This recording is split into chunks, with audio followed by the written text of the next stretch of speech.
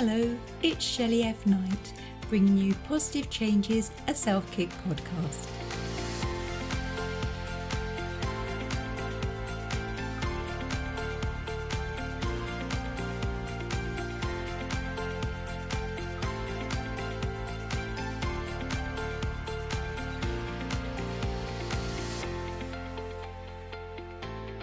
So here we are in episode 4 and we're looking at forgiveness. Psychologists generally define forgiveness as a conscious, deliberate decision to release feelings of resentment or vengeance towards a person or group who has harmed you, regardless of whether they actually deserve your forgiveness or not. Forgiveness does not mean forgetting, nor does it mean condoning or excusing offences that have happened to you or around you. Forgiveness is not even about the other person. It's all about you. For me, forgiveness is like cutting a rope that is holding us back in the past. So let's cut that rope and propel ourselves into a brighter future. Forgiveness harbours so many negative thoughts. There's resentment, anger, hatred, and they all occupy a space in your head and your life. So whilst it may feel impossible right now, please do listen to some of my suggestions on how you can release this negativity. On your marks, get set, let's go. So I touch on forgiveness in numerous chapters in my book, Positive Changes, a Self-Kick book. As whilst it's hard, it's a real life changer when it's fully embraced. It moves our thoughts, words, mindset, dreams, energy, and our whole being really, from the past into the present day, and every day we are blessed to encounter thereafter. Let me provide a brief overview of what I believe forgiveness is by reading the chapter Be Forgetful from my book. I put to you the idea of considering the old saying, forgive and forget. At this point, I'm sure many of you promptly grunted, rolled your eyes, or muttered about there being no way to forgive that certain person from many years ago. I do not know your individual circumstances and, when it comes down to it, it is your life, not mine. I merely suggest that you try to forgive. This is not because they necessarily deserve your forgiveness, but because you do. You are worthy of self-healing and a sense of peace. It is challenging to forget what hurt you, but you could use your memories to see what it taught you and how it helped you grow as a person. Forgiveness is not greatly different from the feelings associated with blame, either of which will tend to hold you back in what has happened whilst impeding the greatness that could lie ahead. Everyone has had their heartbreak. Try to forget what happened, or at least attempt to forgive the choices made, allowing everyone to move forward. The unfaithful lover, the person who gave you road rage this morning, little Toby who was putting chewing gum in your hair at school over 40 years ago. Forgive and forget. Obviously, some of you have been through greater pains than inappropriate placement of chewing gum, and I am not belittling your experiences. But for the smaller occurrences that touched your life, endeavour to try and lighten your baggage as you remember to be forgetful. So from the book and back into the podcast, let's look at ways that you can create small positive changes around forgiveness. Be present. When we struggle to forgive, it is often because we are assigning greater importance to the past rather than the present or our future. When our thoughts, words, dreams, energy, anger, whatever is lamenting in the olden days, be they good, the bad or the ugly, you will not see the beauty, potential or happiness in the present day. I remember when. No one does it like they used to. I preferred it when. These are all negative ways in which you are choosing to be in the past. And why are you not wholeheartedly happy in your today? Sure, nostalgia in loving memory has a place, but when you are truly in the past and not creating new life-affirming memories, well, not so much. Start creating positive memories from today. Be so busy living your life now that the past seems irrelevant. It softens, it gets forgiven. Next, the 3 words, life goes on. Admittedly, these 3 words are part of my branding, but as I work with people after times of loss to encourage them to move forward, it's true that life does go on. I also know the fact that your life goes on is often the most painful part, particularly if you have lost a loved one, be it to death or a relationship breakdown.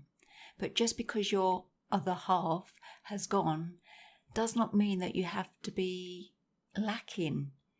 Just because there's no other half doesn't mean that you are not whole. You truly are. You're an amazing being in your full entirety. Your past, with all of its ups, downs and flying arounds, are no longer here in your current physical reality, only the thoughts in your mind. And you have to remember, you are not your thoughts. Physically, you have survived the past with a 100% success rate. Now let your mind and emotions do the same. Let them be successful in this present day. So we've looked at being present, we've looked at life goes on, and now from blame to claim.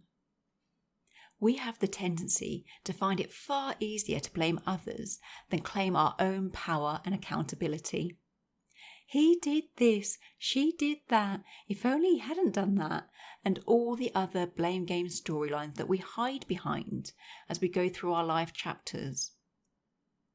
You know the old saying, there are 2 sides to every story. That is what it is. Remember episode 1 about happiness, the search for happiness. One of the subtitles was, accept your expectations are flawed. And I gave the example that if hundreds of people went to the cinema to watch the very same film, it is guaranteed that at the end, some would love it, others would hate it, as we all perceive things differently. Your feelings and interpretations are exactly that. Your feelings and interpretations. Allow yourself to freely experience your emotions without calling them good, bad, right or wrong, or needing to overanalyze them. Try to bypass blame, and even to bypass your desire or alleged need to understand the other person. Instead, focus on understanding yourself. Self-care and self-love pops up yet again, as it really is key in a positive life. There is no need to blame others, to blame ourselves. Everything that happens to us happens for a reason, even the crappy bits. There will be different levels of things to forgive, like I said at the beginning, but do start to look for solutions rather than problems. Move from blame and start to claim back your power. Next, stop the search. Yes, I know in episodes 1 and 2 it was all about searching, as we look for clues to happiness and a sense of who we truly are. That kind of search is heart and soul warming. That kind of search is okay. The kind of search we need to stop searching for is the one for feeling wronged, offended, the victim. Stop searching for this negativity. Life is a roller coaster, and there's a song about that. So there will be good, there will be bad, there will be positive and negative, right and wrong. But when life's going along, don't search out the negative. No looking for a rain cloud purely over your head. No over-analysing the past. No hanging out with people who drag you down or bruise your dreams. And no self-criticism just because you can. Stop the search for negativity. Be kind to yourself and to others. I don't know how many ways I can say it, but the past is in the past. And most of it is best left there. There would have been a lesson in the experience, whether or not you learnt the lesson at the time or it's still yet to come. There is a lesson for what happened, and move forward now. Stop beating yourself up about what you perceive to be a wrong decision you made, the opportunity you missed, the man you dumped, the money you invested, the perm you had, and more. It is done. Forgive yourself. I truly believe everything happens for a reason, even the less enjoyable parts. In fact, it is the least enjoyable parts which truly happen for a reason, as we learn more from these days than the hippity-hoppity-skipping daisy-chain moments of summer. So whether you're on a yoga mat, making a daisy chain, or searching in the past, we need to stop searching for answers. The lesson was dealt at the time, even if we didn't realise it at the time, even if we haven't realised it now. Right, I have not mentioned death yet in this episode, so let us do that now. It would not be the same without me throwing in the D-bomb each and every episode. As my social media followers will know, and anyone that's heard my talks about life goes on, you will know that my beautiful stepdad died many years ago, way back in 2005. Trust me, I did not know the lesson at the time, and whilst many subsequent years felt easier than the previous, it was not until about 12 years later that I had my light bulb moment of the lesson I had been dealt from losing the most precious soul that had ever touched my life. Through my dad leaving so suddenly, and life never quite being the same thereafter, I learned the lesson: life goes on. My dad always used to say, life goes on, but it took me 12 years post-dad to realise the words he had always said. Here's some forgiveness. I beat myself up for being so slow in my learning. I could overanalyse our last conversation time and time again, our last hug, our last everything, but it wouldn't change our last. It wouldn't change anything. My dad won't come back into my life, but I need to start fully putting myself back into my life. And I encourage others to carry on through the pain, the snot, the lost expectations and more. Life goes on. So forgive. Forgive yourself, forgive those that left you. Forgive, accept, and just do the best you can. Any of you that have read my book will know I do not believe in perfection, but do your best at forgiving, accepting, and moving on. And moving on, let's talk about love, love, love. I am not expecting you to go full on and declare, I love you, I forgive you, to the person or situation in your past.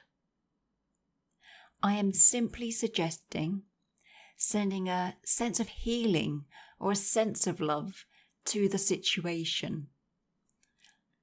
Love it for the lessons it taught you. Love and gratitude that you survive. Love and purpose so that you can help others who cannot see their way forward. And love yourself.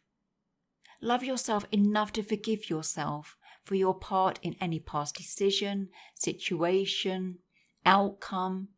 Love yourself enough, and then release everything that no longer serves you, and continue to love. Love, love, love yourself and life.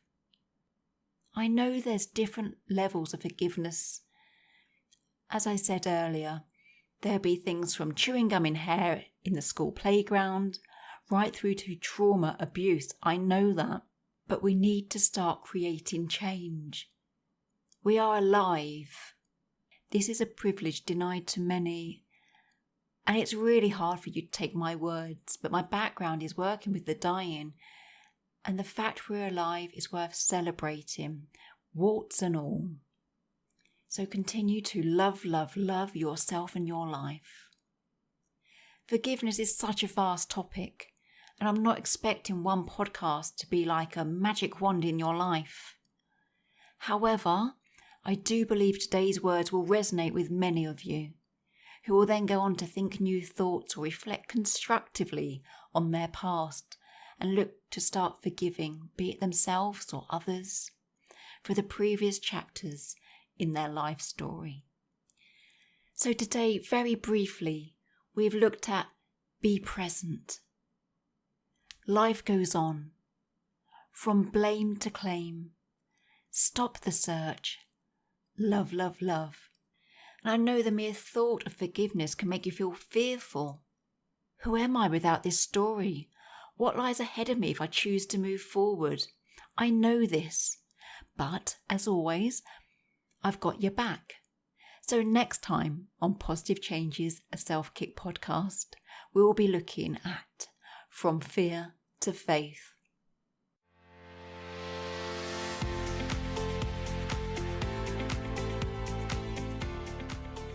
If you found this podcast interesting, please leave us a review on Apple Podcast Store or wherever you have listened to this episode. Don't forget to make sure that you've subscribed to the podcast so that you don't miss out on any future episodes.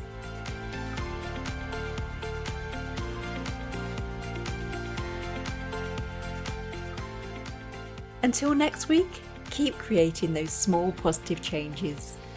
I've been Shelley F. Knight, and you've been amazing. Thank you for listening.